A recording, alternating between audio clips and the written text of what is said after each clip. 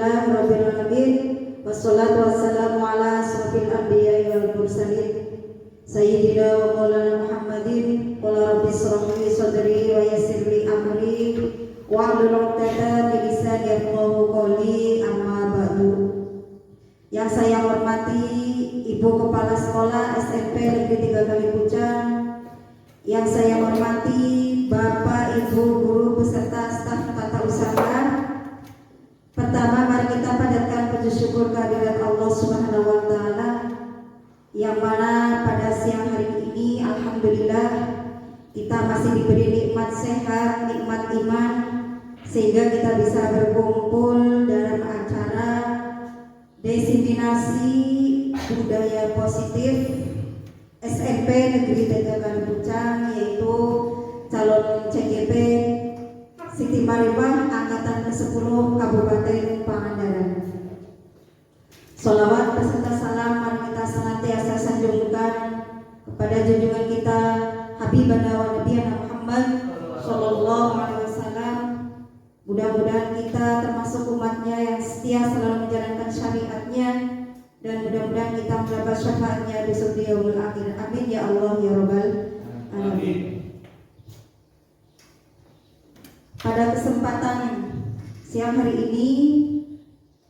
ini adalah berkaitan dengan tugas calon guru penggerak, yaitu di tugas modul 1.4, yaitu tentang diseminasi budaya positif.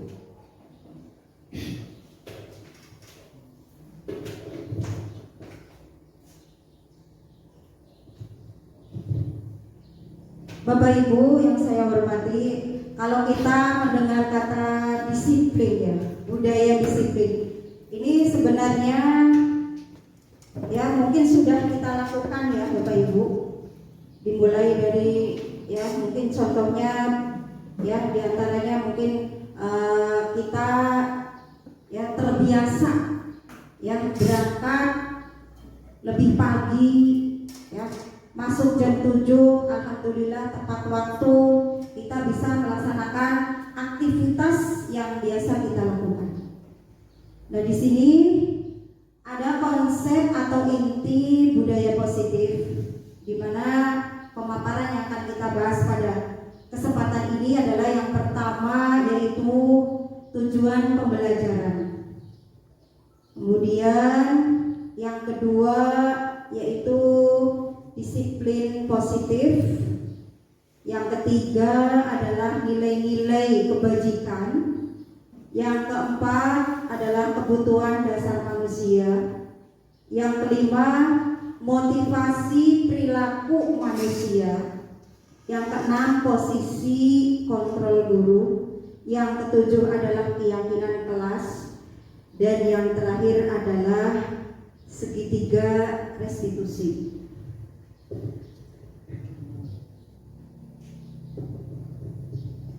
Nah, di sini tujuan pendidikan yang mungkin kita sudah tahu semua, bahwa tujuan pendidikan yaitu menuntun segala kodrat yang ada pada murid agar dapat mencapai keselamatan dan kebahagiaan yang setinggi-tingginya, baik sebagai manusia maupun sebagai anggota masyarakat. Nah, di sini kita sebagai guru itu bertugas atau berperan menuntun segala kodrat yang ada pada murid. Nah, kodrat di sini yang ada pada murid ini tentunya disesuaikan dengan kodrat zaman dan kodrat alam. Kemudian yang termasuk kodrat zaman, ya tentunya kita tahu bahwa di sekeliling kita ini ya di SMP Negeri 3 Kalipucang ini tentunya kita harus bisa mengkondisikan, harus bisa menyesuaikan ya murid-murid kita itu keadaan ya alam sekitar itu seperti apa. Mungkin berbeda ya kebutuhan kebutuhan dengan yang di kota ya, dengan sekolah kita ya. Itu. Jadi kita harus menyesuaikan atau memahami ya kodrat alam ya yang ada pada diri murid-murid kita. Ya. Kodrat alam itu apa? Kodrat alam itu adalah sesuatu yang berkaitan dengan bakat dan minat peserta didik pada suatu aspek pengembangan. Jadi mungkin ya kalau di daerah lain mah mungkin materi yang seperti yang kita sampaikan itu mungkin beda ya cara penerapannya untuk murid kita. Nah itu berarti kita sebagai guru itu harus menyesuaikan ya, jadi harus disesuaikan dengan kondisi anak-anak kita itu. Yang jelas itu berbeda dan kita harus memahami tentang hal itu. Kemudian kodrat zaman ya, seperti yang kita tahu ya Bapak Ibu, pada waktu dulu pembelajaran itu mungkin hanya membaca, menulis, kemudian anak maju ke depan ya. Nah mau tidak mau kita sebagai guru itu harus bisa beradaptasi, harus bisa menyesuaikan dengan perkembangan zaman ya, dengan kebutuhan zaman ya. Mungkin dengan kita ya sebagai guru mungkin harus melek teknologi ya, kalau tidak mungkin kita akan ketinggalan dan murid-murid kita juga ketinggalan dengan daerah lain ya. Jadi mungkin dulu pembelajarannya hanya menulis, membaca. Nah sekarang mungkin kita harus pintar berteknologi dengan mengajarkan siswa-siswi kita untuk supaya mahir dalam berteknologi. Seperti sekarang sudah zamannya ya, anak-anak itu diberikan tugas dengan memakai Canva ya. Otomatis gurunya juga harus mahir ya. Ya tentunya mungkin harus mahir supaya mungkin kalau ada pertanyaan ya dari siswa-siswi kita sudah siap gitu bagaimana caranya membuat Canva gitu. Nah kemudian ada mungkin kalau dulu soal-soal itu ditulis secara langsung, nah sekarang pakai puisi ya, kita bisa nyari ke Google atau kemana, itu banyak sekali. Yang penting kita ada keinginan dan ada kemauan. Itu tentang kodrat zaman ya, agar dapat mencapai keselamatan dan kebahagiaan. Dan itu semua tentunya ya Bapak Ibu, supaya anak-anak kita itu belajarnya itu merasa nyaman, merasa bahagia ya, jadi tidak ada tekanan. Jadi kita harus menyesuaikan ya, keinginan apa sih, keinginan daripada murid-murid kita belajarnya seperti apa. Otomatis kita juga sebagai ya guru ya itu harus menuntun keinginannya apa. Oh anak sekarang ingin belajarnya ada permainannya, otomatis kita sebagai guru juga harus menyesuaikan dan harus menuntun gitu ya, supaya proses belajar mengajar itu berhasil ya, sesuai dengan apa yang kita inginkan.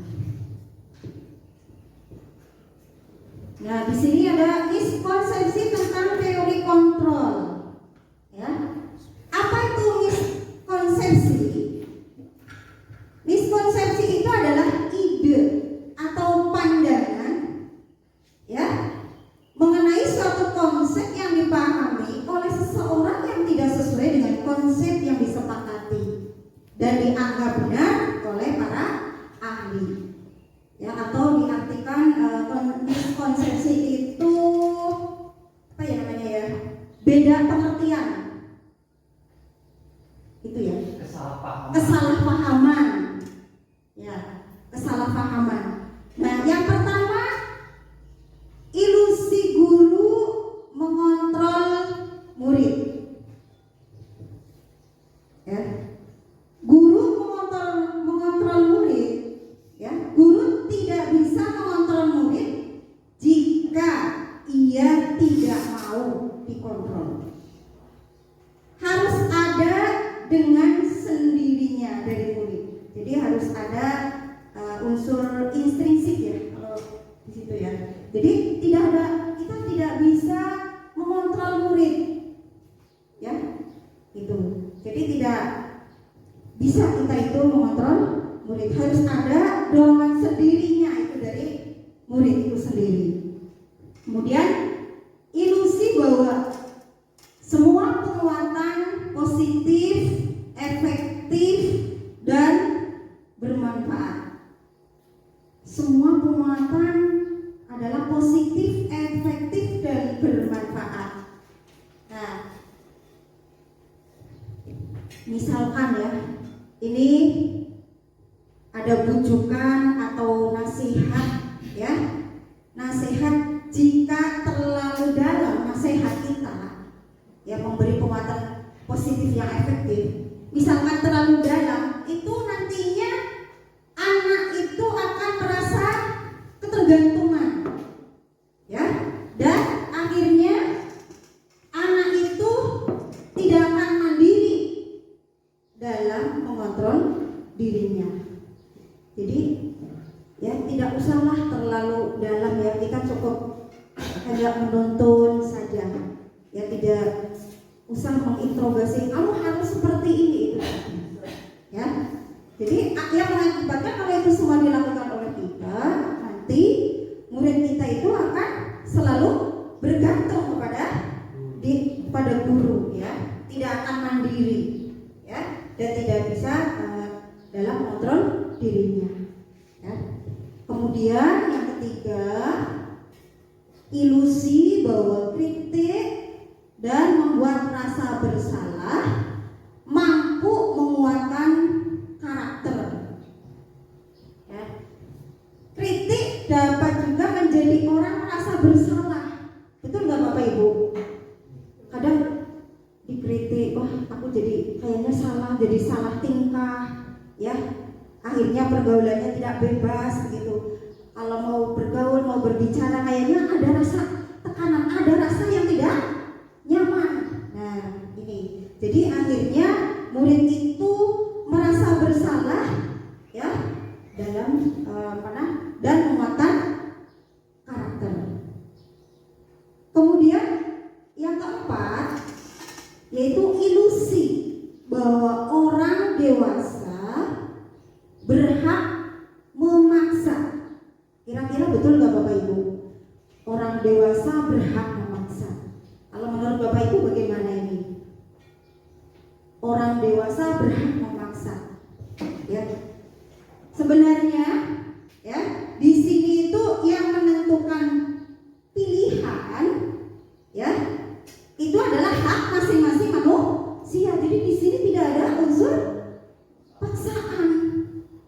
Ya, seperti yang kita alami ya, kalau kita mau melaksanakan apapun, kalau ada rasa keterpaksaan, ya akhirnya tidak nyaman ya kan Bapak Ibu? Ya, jadi di sini ya biarin ya seseorang itu atau siswa itu menentukan pilihannya sendiri. Ya, itu adalah menentukan pilihan itu adalah hak masing-masing manusia.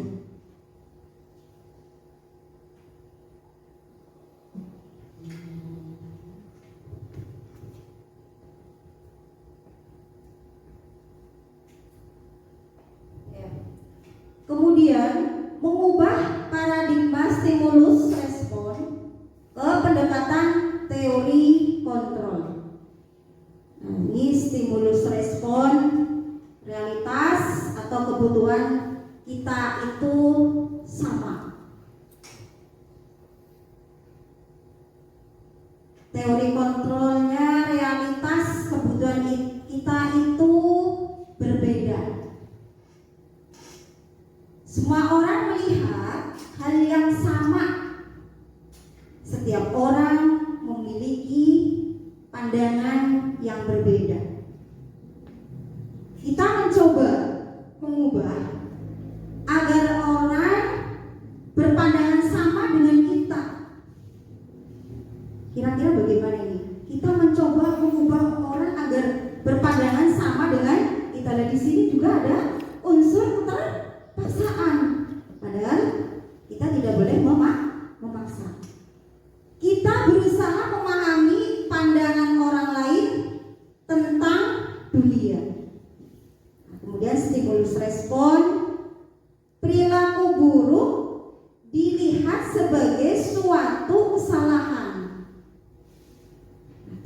kontrolnya semua perilaku itu pasti memiliki tujuan. Orang lain bisa mengontrol saya, ya. Hanya Anda yang bisa mengontrol diri Anda. Betul nggak Bapak Ibu? Betul. Ya, jadi orang lain ya bisa mengontrol kita, tapi yang hanya bisa mengontrol kita adalah diri kita sendiri. Ya, saya bisa mengontrol diri orang lain. Anda tidak bisa mengontrol orang lain. Kemudian pemaksaan ada pada saat bujukan gagal. Teori kontrolnya kolaborasi dan konsensus menciptakan pilihan baru. Model berpikir menang atau kalah. Model berpikir menang-menang.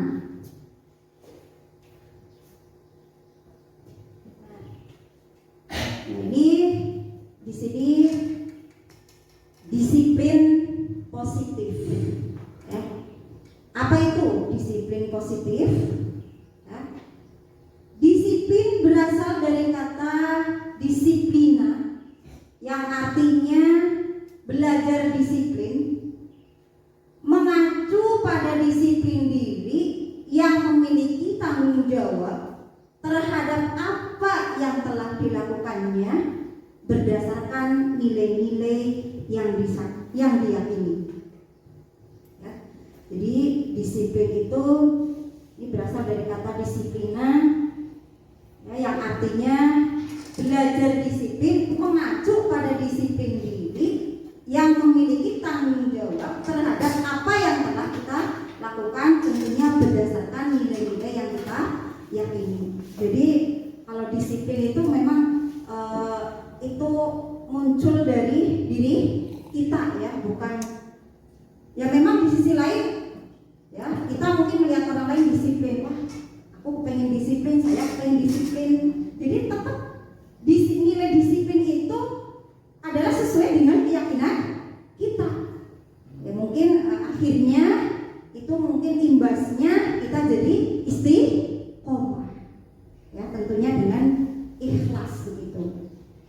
Kemudian disiplin positif merupakan salah satu cara penerapan disiplin yang bertujuan untuk menumbuh kembangkan kesadaran serta memberdayakan peserta didik tanpa imbalan penghargaan atau reward, ancaman atau hukuman. Ya. Disiplin merupakan salah satu penerapan disiplin yang bertujuan untuk menumbuh kembangkan kesadaran serta memberdayakan peserta didik tanpa adanya imbalan. Tapi yang kita tahu, ya, biasanya anak itu termotivasi disiplin itu biasanya karena ada suatu penghargaan, ya, karena ada reward, ya. Jadi pertamanya mungkin seperti itu, ya Bapak Ibu. Mungkin karena sudah terbiasa, mungkin nanti unsur intrinsik dari murid itu sendiri itu akan muncul.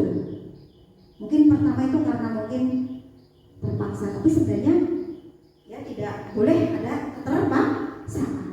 Jadi itu benar-benar disiplin itu harus muncul dari dirinya sendiri. Ya, jadi bukan karena ingin imbalan atau ingin reward gitu, ya. Jadi mungkin selama ini yang kita tahu, ya, misalkan kamu belajarnya yang rajin, kemudian nilainya bagus, ya, kemudian ranking 1, kita akan memberikan hadiah. Nah itu nanti anak lama-lama itu akan ketergantungan. Wah, saya mau belajar rajin karena nanti ada reward, ada hadiah, ada penghargaan dari Bapak Ibu guru. Nah itu ternyata tidak sesuai dengan tujuan pendidikan. Nah, sebagai pendidik, tujuan kita adalah menciptakan peserta didik yang memiliki disiplin diri sehingga mereka berperilaku mengacu kepada nilai-nilai kebajikan universal dan memiliki motivasi intrinsik dalam perubahan perilaku yang ke arah yang lebih baik. Jadi yang barusan saya jelaskan.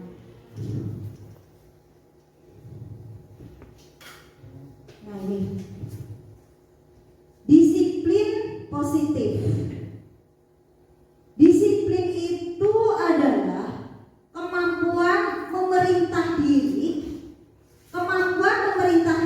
sendiri dalam mengontrol dan menguasai diri untuk memilih tindakan yang mengacu pada nilai-nilai yang kita hargai dengan penuh tanggung jawab tanpa perintah orang lain. Jadi intinya itu kita tidak boleh memaksa. Biarin anaknya tumbuh kembang sendiri. Nah, kita tugasnya hanya menuntun, ya, disesuaikan dengan kodrat zaman dan kodrat alam. Nah ini.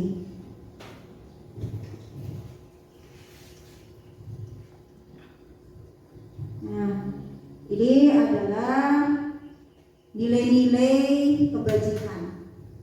Ya.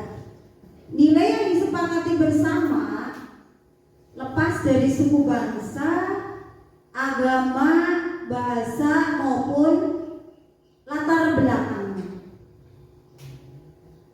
Contoh nilai kebajikan institusi atau organisasi. Ini profil belajar Pancasila. Itu beriman dan bertakwa kepada Tuhan Yang Maha Esa dan berakhlak mulia, berkebinekaan global, gotong royong, mandiri, kreatif, dan bernalar kritis.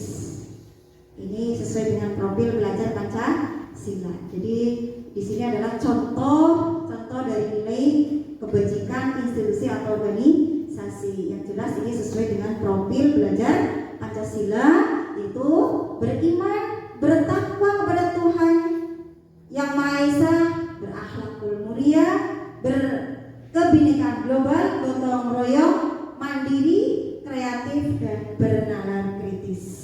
Kemudian Ibo Primaries Program atau PYP, bahwa toleransi, rasa hormat, integritas, mandiri, menghargai, antusias, empati, keinginan tawar, kreativitas, kerjasama, percaya diri, dan komitmen. Kemudian keterampilan hidup atau life skill itu dapat dipercaya, lurus hati, mendengar yang aktif, tidak merendahkan orang lain, dan memberikan yang terbaik dari diri. Ini adalah kebutuhan dasar manusia. Kebutuhan dasar manusia. Kebutuhan dasar manusia itu adalah segala sesuatu yang kita lakukan untuk mendapatkan apa yang kita inginkan. Betul nggak Bapak Ibu ini? Kebutuhan dasar manusia itu adalah segala sesuatu yang kita lakukan untuk mendapatkan apa yang kita inginkan. Setuju Bapak Ibu? Ya, seluruh tindakan yang kita lakukan itu pasti memiliki tujuan tertentu. Betul ya? Jadi setiap apa yang kita lakukan, tindakan yang kita lakukan, sesuatu yang kita lakukan pasti ada tujuannya. Ya?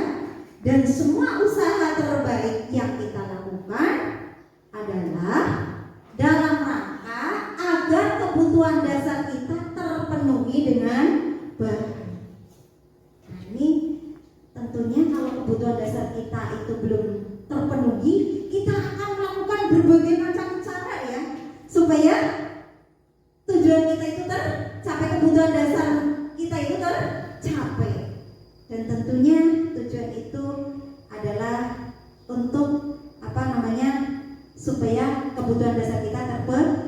Jadi pasti ya kita akan berbagai macam cara ya supaya kebutuhan dasar kita itu tercapai.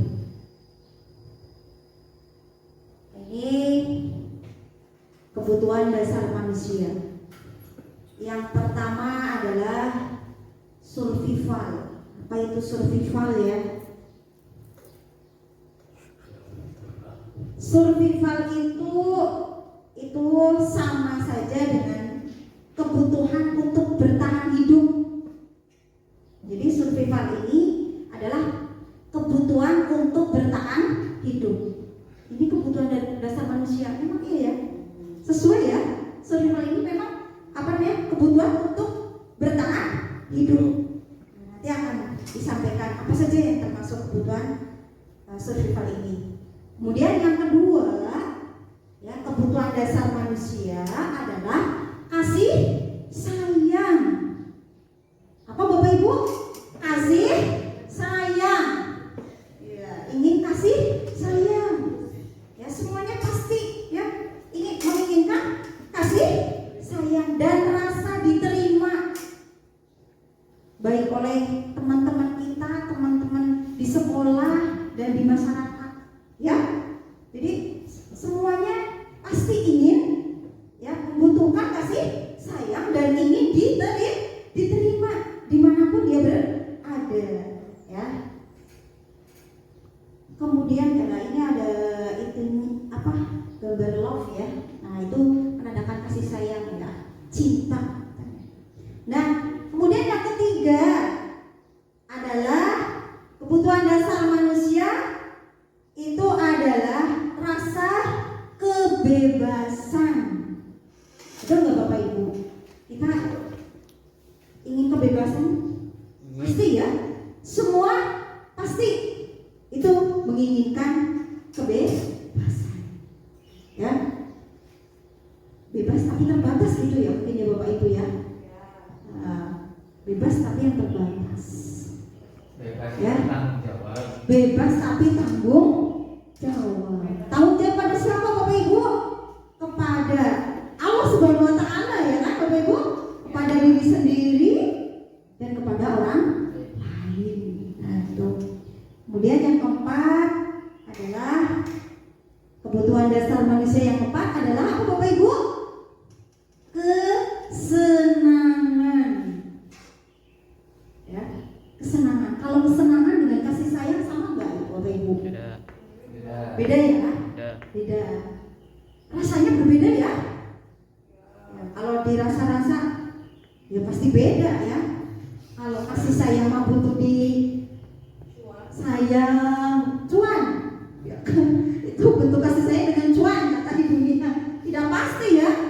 Kalau perhatian kasih sayang bukan Bapak Ibu? Ya termasuk ya, termasuk kasih sayang. Nah kalau kesenangan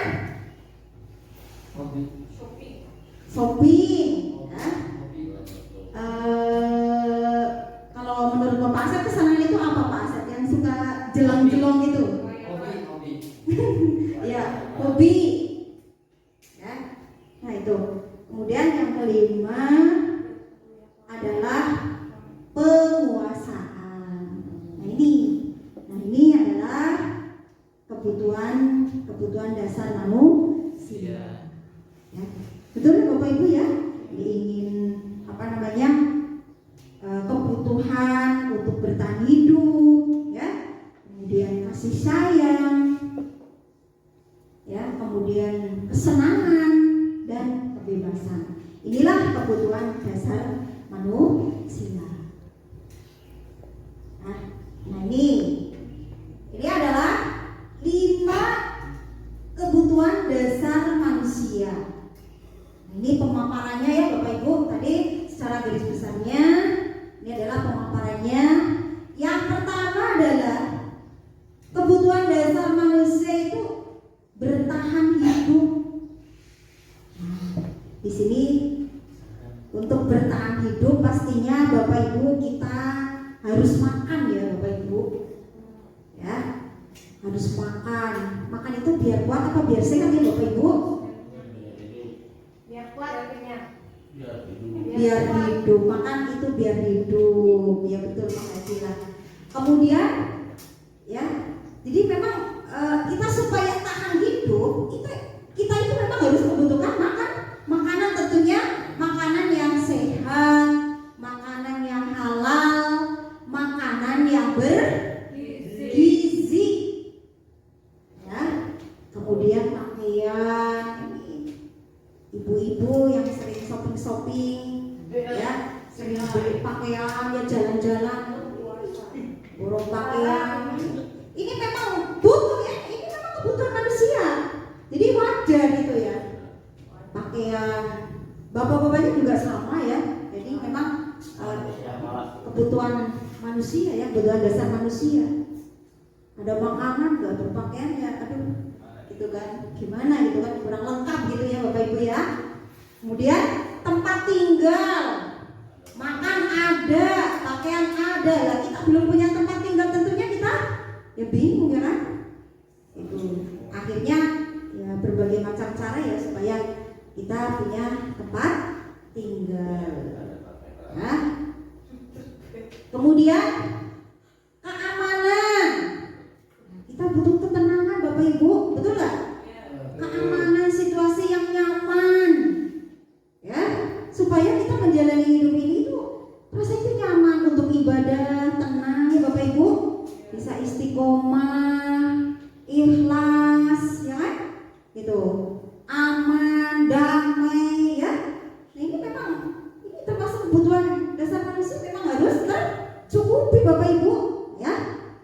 Kemudian kesehatan, jelas ini ya, kita makanya dalam setiap hari ya kita selalu berdoa ya, mudah-mudahan makanan yang kita makan bergizi ya, supaya bergizi, mengandung vitamin supaya sehat dan kita fit untuk melakukan aktivitas itu selalu bersemangat. Betul ya Bapak Ibu ya?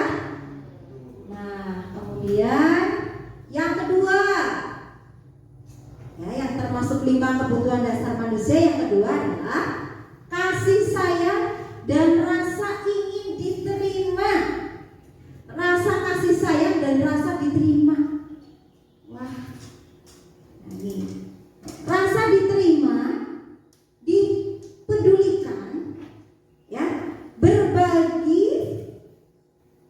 kerjasama, menjadi bagian dalam kelompok, menjadi bagian dalam kelompok. Kita kalau dalam suatu organisasi, kalau kita ya dalam suatu sekolah kayak ada yang dicuekin ya, itu rasanya mengurangi rasanya nyaman ya Bapak Ibu ya. Kemudian kalau tidak kerjasamanya tidak tercukupi, itu juga ada yang jangan Bapak Ibu ya. Apalagi kita di sini di pendidikan calon guru penggerak itu kita selalu tidak lepas dari yang namanya kolaborasi. Dengan kolaborasi insya Allah semua program, semua apa yang kita inginkan itu akan tercapai ya. Kemudian rasa diterima ya, kita merasa diterima oleh teman-teman ya. Kemudian merasa dipedulikan ya oleh teman, sehingga kita merasa nyaman. Kasih sayang dan rasa diterima itu tercukupi, kebutuhan yang dasar manusia itu tercukupi. Kalau kita diterima kan rasanya enak ya Bapak Ibu ya. Kemudian berbagi itu indah ya. Kita punya sesuatu ya, bagi, bawa ke sekolah, bawa bekal, kita makan bersama. Wah itu nyaman, indah. Nah itu kalau yang sudah seperti itu, ayo Bapak Ibu kita lanjut, karena itu adalah hal baik. Kemudian 5 kebutuhan dasar manusia yang selanjutnya adalah penguasaan. Ini penguasaan itu di dalamnya adalah termasuk harga diri. Wah ini ya, harga diri dong. Nah, keinginan untuk dianggap. Kita ingin dianggap ya Bapak Ibu ya. Kalau tidak ada yang menganggap, wah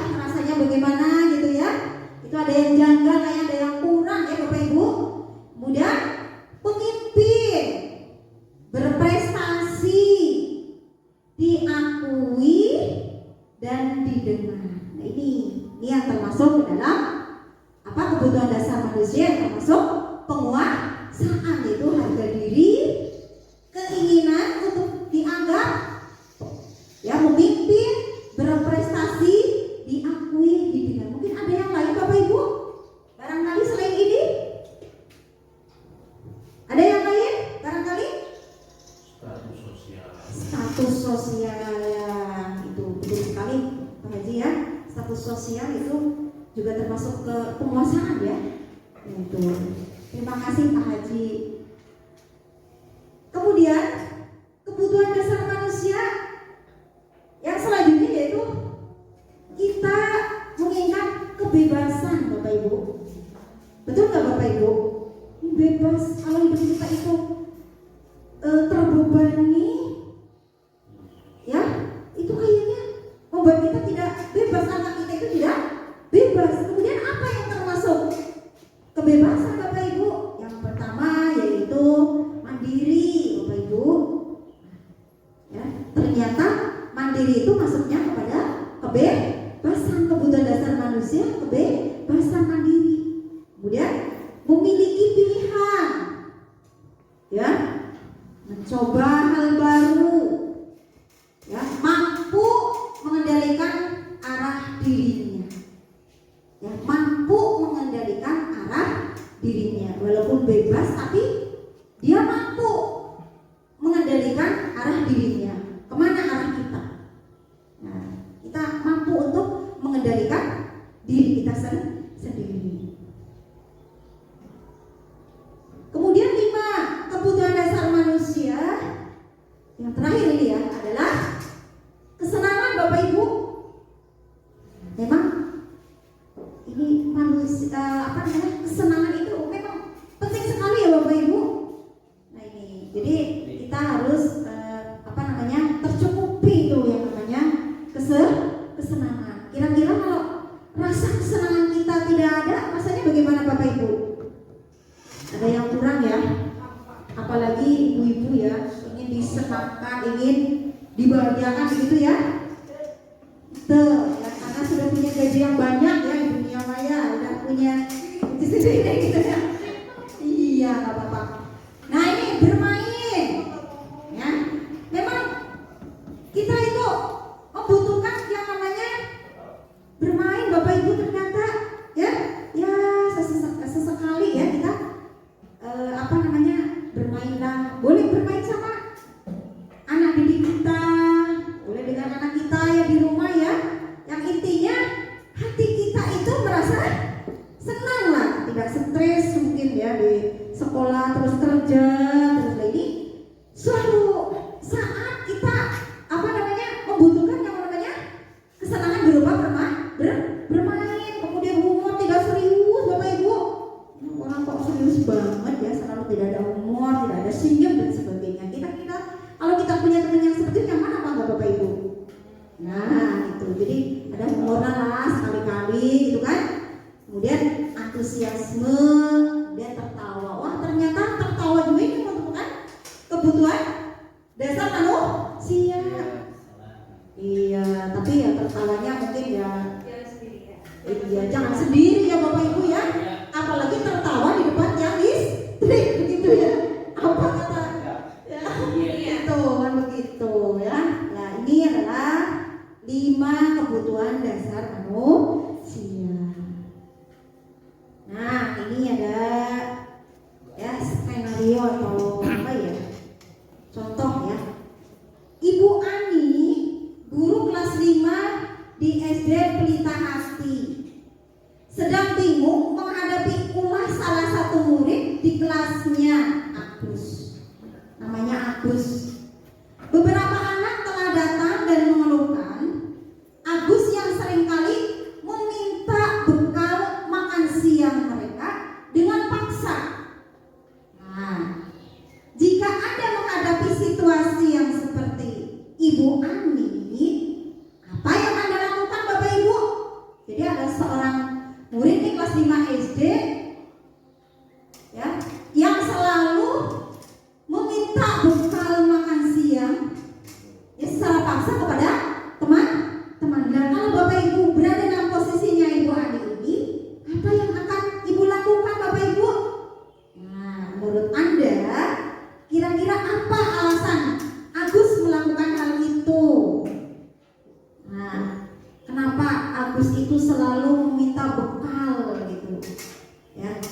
Kira-kira apa alasan Agus itu melakukan hal itu, Bapak Ibu? Nah, di sini dalam konteks penerapan disiplin positif, Ibu Ani sebaiknya mencari tahu alasan Agus melakukan tindakan tersebut, ya, agar mengetahui kebutuhan mana yang sedang berusaha dipenuhi Agus. Ya, sebenarnya ingin apa sih Agus itu sehingga tiap hari dia hanya meminta bekal kepada teman-temannya. Nah, ternyata ini apabila jawaban Agus karena ia lapar dan orang tuanya tidak membawakannya bekal makan siang, kebutuhannya adalah Agus itu berarti bertahan hidup. Betul nggak Bapak Ibu? Yang tadi 5 dasar kebutuhan manusia itu ternyata ini bertahan hidup, ya, karena dia lapar. Tadi kan bertahan hidup diantaranya yaitu membutuhkan makan, ya Bapak Ibu. Nah, ini kemudian yang kedua, apabila jawaban Agus karena ia senang temannya, ya, jadi memperhatikan dia, caper ya Bapak Ibu ya, ternyata ingin cari perhatian, maka kebutuhannya adalah apa Bapak Ibu? Ternyata ingin cinta dan kasih sayang, ya, atau kebutuhan untuk diterima. Ya, jadi sudah sesuai ya Bapak Ibu sama 5 dasar kebutuhan manusia. Ini kalau jawabannya ia senang temannya jadi memperhatikan dia, berarti Agus itu kebutuhannya adalah cinta dan kasih sayang. Kemudian apabila jawabannya Agus adalah dia merasa hebat karena temannya jadi takut, ya, dan menuruti keinginannya, sehingga teman-temannya itu, ya, kalau Agus itu jawabannya adalah dia merasa hebat karena temannya jadi takut, selalu meminta bekal dengan paksa. Nah, ini keinginannya atau kebutuhannya ini, kebutuhan Agus adalah penguasaan atau pengakuan atas kemampuannya, merasa hebat dan merasa jeger. Ya.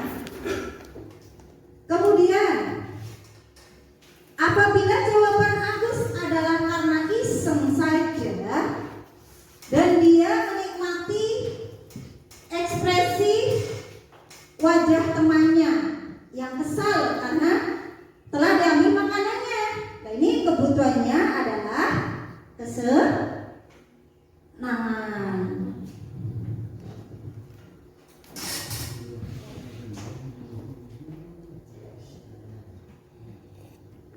Ya.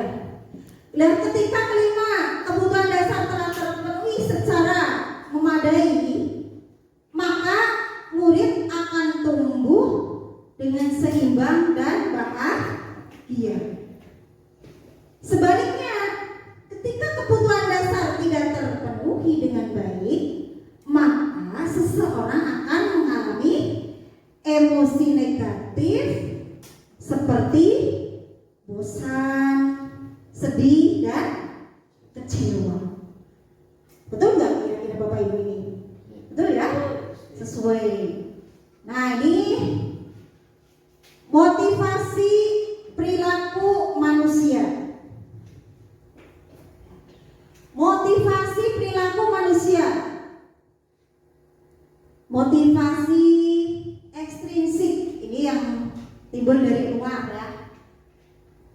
Timbul dari motivasi yang dari luar, dari luar, ya, yaitu untuk menghindari ketidaknyamanan atau hukuman, kemudian untuk mendapatkan imbalan atau penghargaan dari orang lain, kemudian motivasi intrinsik untuk menjadi orang yang mereka inginkan dan menghargai diri sendiri dengan nilai-nilai yang mereka percaya.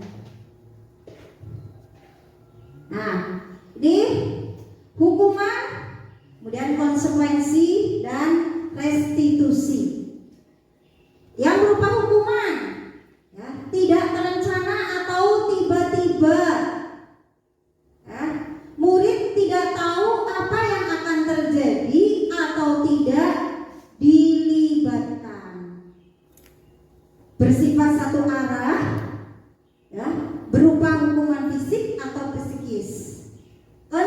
konsekuensi, ya, konsekuensi terencana atau disepakati sesuai peraturan. Murid tetap dibuat tidak nyaman. Sikap guru selalu memonitor murid. Kemudian restitusi, proses menciptakan kondisi bagi murid untuk memperbaiki kesalahan. Restitusi ini adalah merupakan proses menciptakan kondisi bagi murid untuk memperbaiki kesalahan. Proses kolaboratif yang mengajarkan murid untuk mencari solusi sendiri. Nah, ini ada 5 posisi kontrol guru. Yang pertama adalah sebagai penghukum, pembuat merasa bersalah, kemudian teman, pemantau, dan manajer. Nah, ini. Nah, kemudian ini contoh penerapan 5 posisi kontrol guru. Nah, ini kasusnya adalah siswa malas-malasan dalam belajar di kelas. Nah, ini posisi kontrolnya itu seperti apa itu kita sebagai guru. Nah, ini, ayo makanya jangan tidur-tiduran. Ya, lain kali perhatikan. Sudah, sana duduk kembali. Kira-kira siapa yang bisa? Ya, nah ini. Gimana kamu ini? Kamu tidak kasihan sama ibu ya? Ibu sudah capek-capek mengajarkan kamu, tidak kasihan sama ibu. Dan ini adalah posisi atau kontrol guru sebagai pembuat rasa bersalah. Gimana kamu ini? Kamu tidak kasihan ya sama ibu ya? Ibu sudah capek-capek mengajarkan kamu malah apa? Ya, atau tidak kasihan ya sama ibu? Nah, itu adalah ini pembuat rasa bersalah kepada anak didik kita. Kalau ayo makanya jangan tidur-tiduran, lain kali perhatikan. Sudah, sana duduk kembali. Nah, kira-kira siapa yang bisa? Nah, ini adalah sebagai penghukum. Kemudian contoh penerapan 5 posisi kontrol guru, kasusnya adalah siswa malas-malasan dalam belajar di kelas. Ya, ayo dong perhatikan pelajaran yang ibu terangkan. Dan ini adalah kontrol guru sebagai teman di posisinya. Kalau kata-katanya seperti ini ya, ayo dong perhatikan pelajaran yang ibu terangkan. Ini adalah posisi kontrol guru sebagai teman Bapak Ibu. Nah, ini. Dan coba jawab pertanyaan nomor 3. Maju ke depan dan kerjakan di papan tulis. Ini kira-kira sebagai apa Bapak Ibu? Kontrol guru itu sebagai posisinya itu sebagai apa? Sebagai pemantau. Ya. Nah, kemudian kasus siswa malas-malasan dalam belajar di kelas. Nah, ini, apakah kamu tahu kesalahanmu? Kira-kira bagaimana kamu bisa memperbaiki kesalahanmu? Nah, ini posisi guru, ini kontrol guru sebagai manajer. Apakah kamu tahu kesalahanmu? Ya, kira-kira bagaimana kamu bisa memperbaiki kesalahanmu? Jadi guru itu menanyakan, apakah kamu tahu kesalahanmu? Jadi tidak langsung kamu salah, kamu harus begini dan begitu.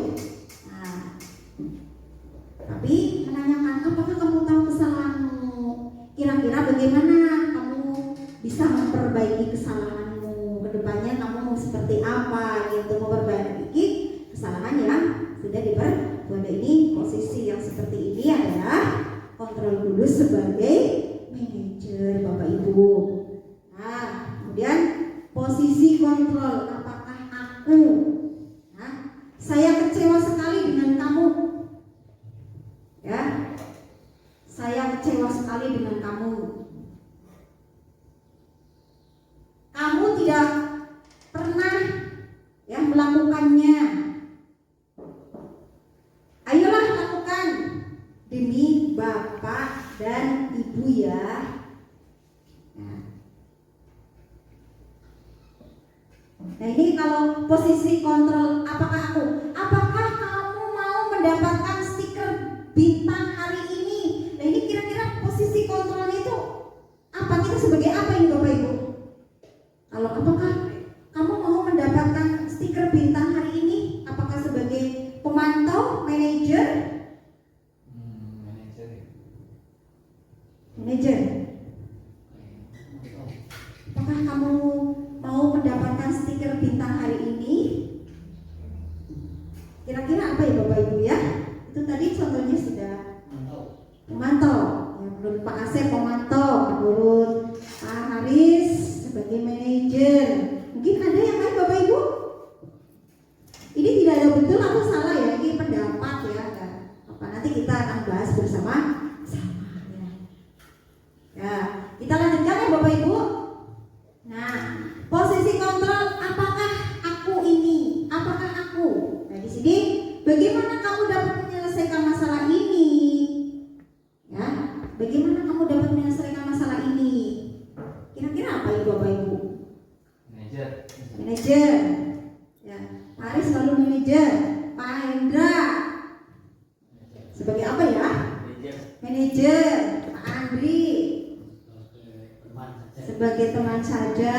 Oke, Pak Haji sebagai manajer ya. Semuanya insya Allah yang terbaik ya. Kemudian posisi kontrol, apakah aku? Kamu selalu yang paling terakhir. Kamu selalu yang paling terakhir. Ini kira-kira apa nih Bapak Ibu? Kamu selalu yang paling terakhir. Menghukum ya. Menghukum. Setuju Bapak Ibu? Mungkin ada yang lain? Sebagai pendukung ya, kira-kira ya ini ya.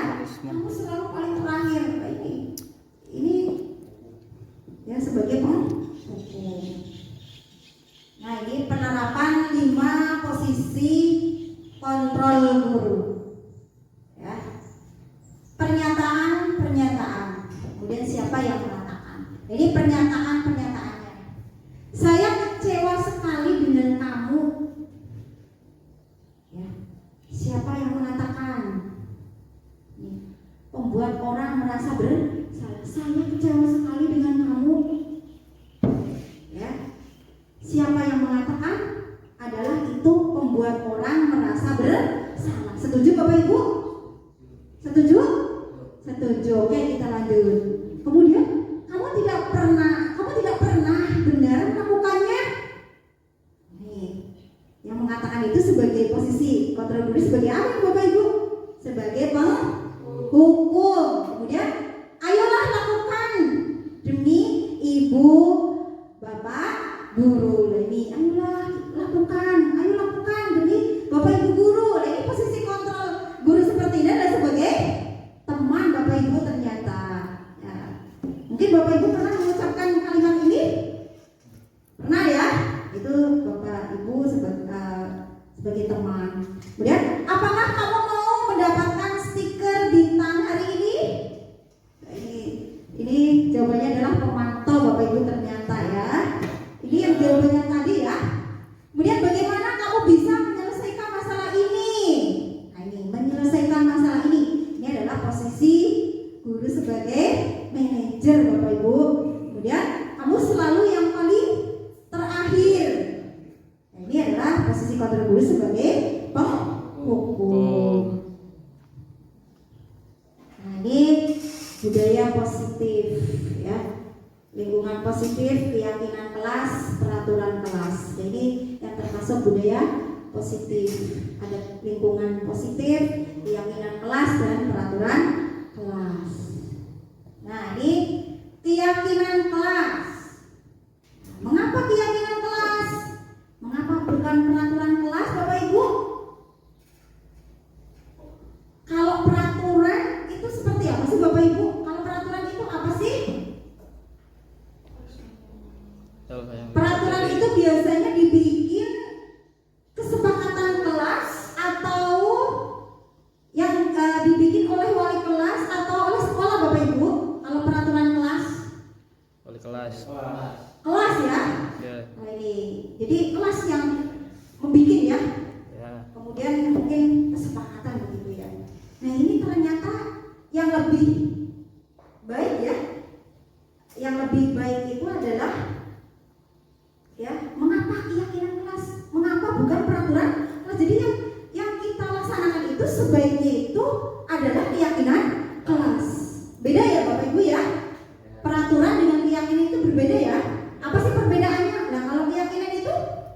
apa Bapak Ibu? Kalau keyakinan itu disepakati oleh bersama dan dibuat oleh bersama. Kalau peraturan kelas itu satu arah itu dan sifatnya memaksa kalau peraturan. Oh, kalau peraturan itu lebih ke memaksa ya Pak. Kalau keyakinan kelas itu karena dibuat oleh bersama dan disepakati oleh bersama, jadi lebih mengena.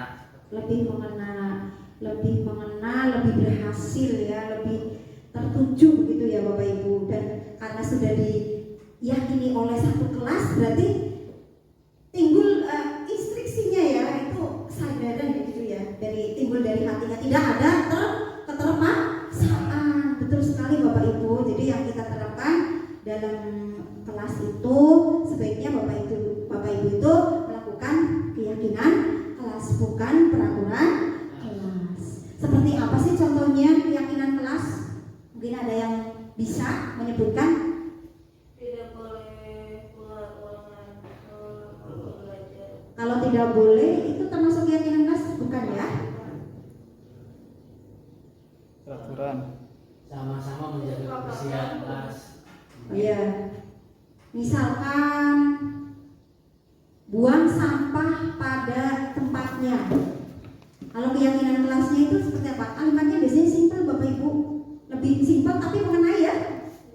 Begitu ya. Kalau keyakinan kelas. Berarti kalau buang sampah pada tempatnya. Jadi bagaimana ini? Jadi jaga kebersihan. Oh iya, jagalah kebersihan. Itu keyakinan Masuklah kelas. tepat Itu waktu. contohnya. Ya.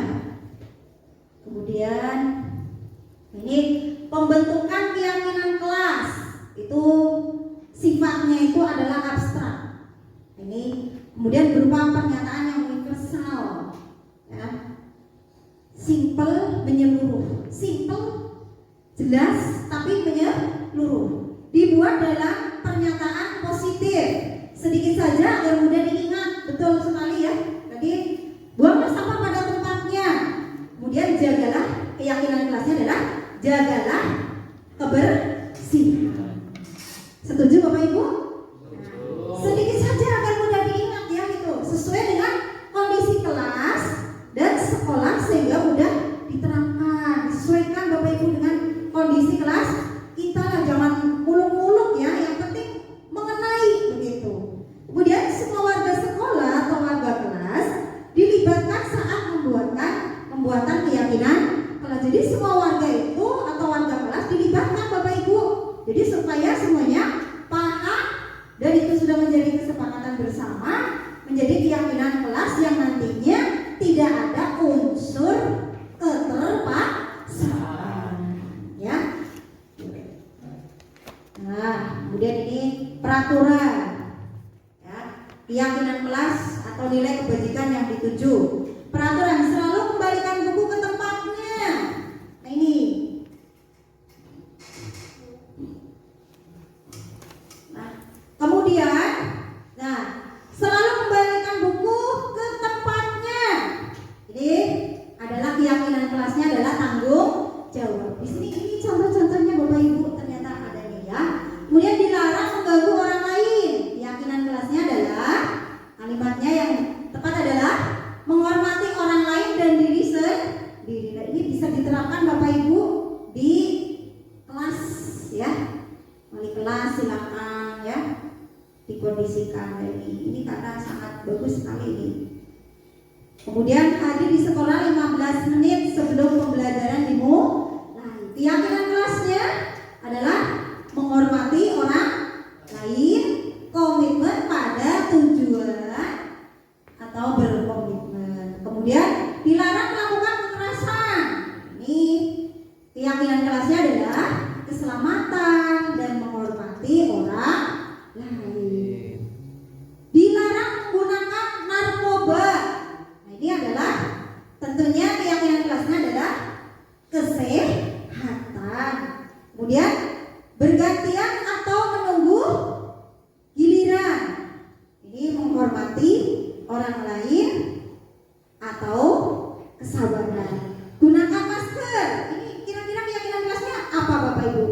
Adalah untuk kesehatan ya. Kemudian jangan jangan berlari di kelas atau koridor. Nah, ini keyakinan kelasnya adalah yang tepat adalah untuk keselamatan dan keamanan. Nah, ini Bapak Ibu segitiga restitusi.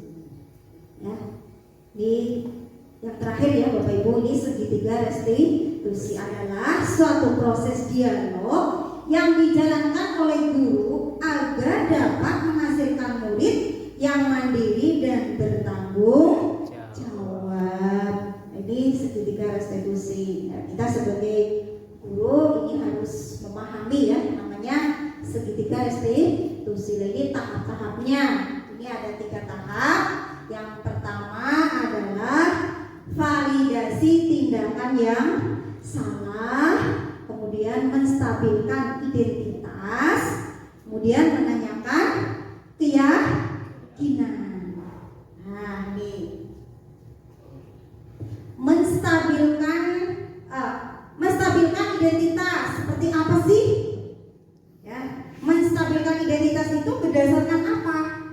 Menstabilkan identitas ini berdasarkan prinsip membuat kesalahan adalah bagian dari proses pembelajaran, menggeser identitas gagal ya ke identitas sukses. Itu ya.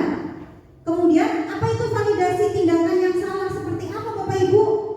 Validasi tindakan yang salah itu berdasarkan prinsip-prinsip perilaku berupaya memenuhi suatu kebutuhan tertentu. Nah, di sini guru bergeser dari pemikiran stimulus respon menjadi proaktif atau proaktif ya. Kemudian mengenali dan meyakini kebutuhan murid akan memperbaiki hubungan dengan baik. Ini menstabilkan identitas. Kemudian menanyakan keyakinan. Ya, seperti apa Bapak Ibu yang menanyakan keyakinan itu adalah di sini murid akan diberikan pertanyaan ya yang bermakna untuk memunculkan motivasi secara intrinsik, mampu mengaitkan dengan tindakan yang salah. Ini menstabilkan identitas.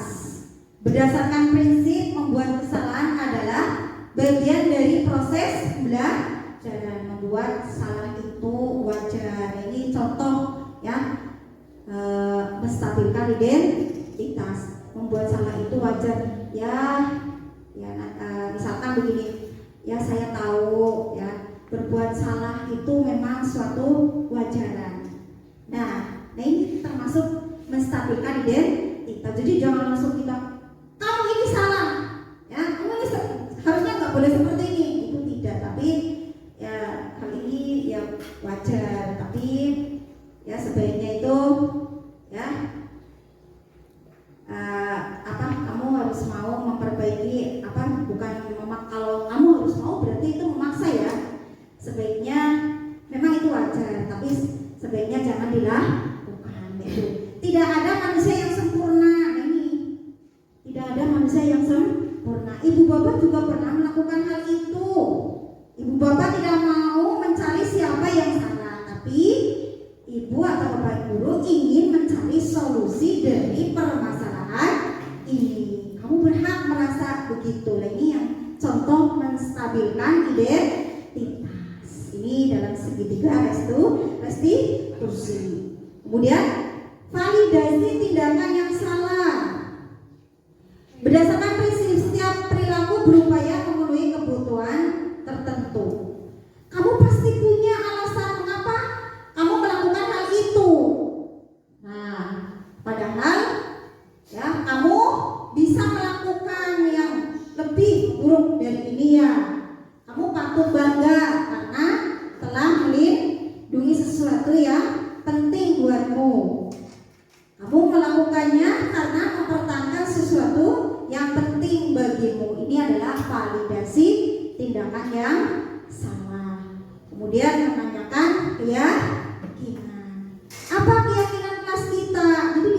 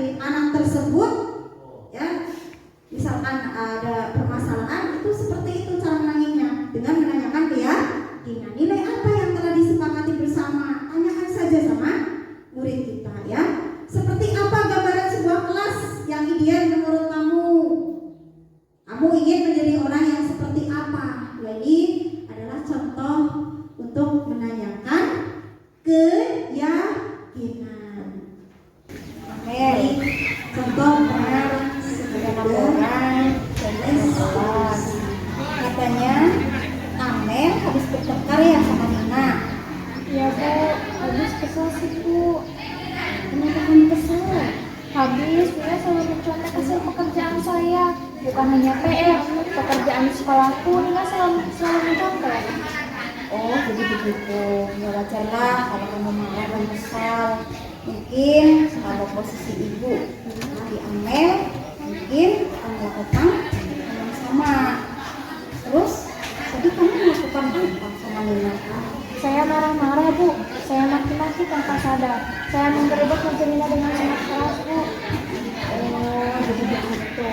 Pasti kamu berbuat seperti itu, pasti ada alasannya. Ya iyalah Bu, masa saya capek-capek mengerjakan PR tapi Nina hanya mencontek dan tidak mau berusaha sendiri. Oh, jadi begitu. Ya wajarlah kalau kamu marah dan kesal karena kamu mungkin sudah capek-capek mengerjakan PR, tapi Nina hanya mencontek semuanya sendiri. Nah, di sini Ibu sangat menghargai ya tindakan kamu yang sudah tidak melakukan kekerasan, misalkan dengan Nina. Sekarang coba kamu pikirkan tindakan kamu yang marah sampai menggebrak meja. Apakah sudah sesuai dengan keyakinan kelas? Tidak Bu. Menurut kamu, keyakinan kelas apa yang sudah kamu langgar? Saling menghormati antar teman Bu. Nah, ya betul. Menurut kamu, saling menghormati teman itu apakah penting? Penting Bu. Nah, kalau memang itu penting, jadi keyakinan apa yang harus kamu lakukan pada saat kamu itu marah? Harus lebih bersabar Bu. Nah, kamu mau bersedia untuk memperbaiki? Bersedia Bu. Apa yang kamu lakukan untuk memperbaiki masalah ini? Saya akan bersedia bersabar dan menahan amarah saya Bu. Kalau ada teman yang mencontek, saya akan melaporkan kepada guru mata pelajaran dan wali kelas saya Bu. Ya, betul sekali tindakan kamu Amel. Ya, ya semangat ya.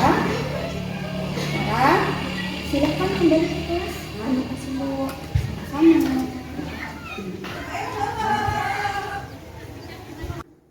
Kemudian ini penutup dalam penerapan program disiplin positif, hendaknya guru memiliki standar kepribadian profesional dan sosial yang baik, di mana guru mampu merefleksikan dirinya dalam posisi kontrol saat ini, bagaimana perjalanan dirinya sebagai among manager yang menuntun murid-muridnya menjadi insan yang mandiri, merdeka dan bertanggung jawab sesuai dengan standar nasional pendidikan. Kemudian terima kasih. Nah, itulah Bapak Ibu pemaparan tentang diseminasi budaya positif. Ini adalah di materi modul 1.4 yang sedang saya pelajari. Itu saja mungkin Bapak Ibu, kurang lebihnya saya minta maaf yang sebesar-besarnya ya. Mungkin ada sesi tanya jawab, pertanyaan atau cukup ya. Itu saja yang dapat saya sampaikan, kurang lebihnya saya minta maaf yang sebesar-besarnya. Akhirul kalam, wassalamualaikum warahmatullahi wabarakatuh. Waalaikumsalam warahmatullahi wabarakatuh.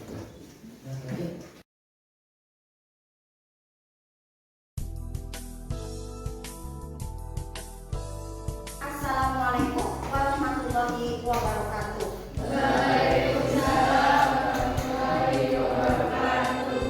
Apa kabar hari ini anak-anak? Baik. Sehat semuanya ya? Alhamdulillah.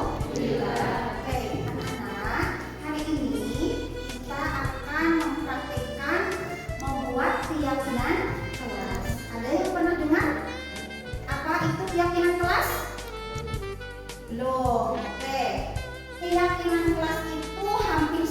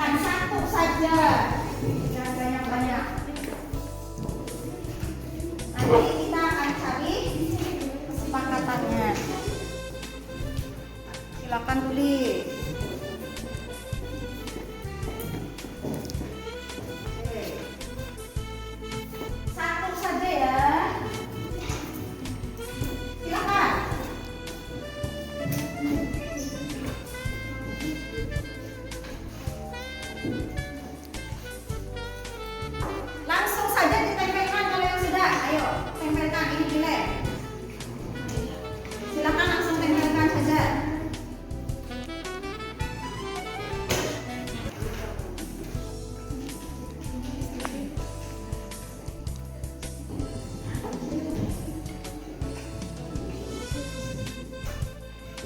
Langsung ditempelkan saja kalau yang sudah, ayo.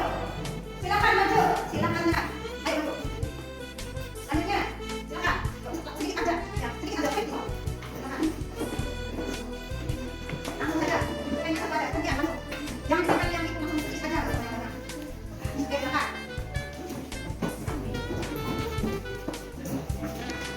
Ayo maju.